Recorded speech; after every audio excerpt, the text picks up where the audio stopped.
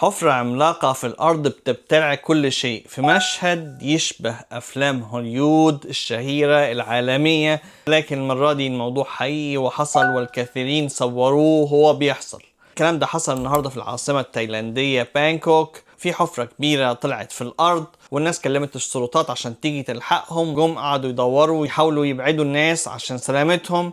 الحفرة كانت بتزيد كل شوية أكتر وأكتر وتاخد حتت كبيرة من الإسمنت والطريق والكابلات وغيره وتنزل بيهم. الموضوع دوت كان جنب مستشفى وكثير من المرضى كانوا بيصوروا الموضوع وهم خايفين. السلطات التايلاندية اعلنت ان مفيش اي اصابات بشرية في الموضوع، وان في عربيات طبعا انزلقت جوه ومشاكل زي كده، وان هم بيشوفوا المشكلة ايه سببها.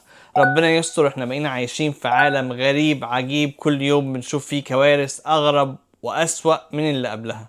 شاركونا برأيكم على الموضوع. تحياتي للجميع، لؤي العاصي من نيوجيرسي، مع السلامة.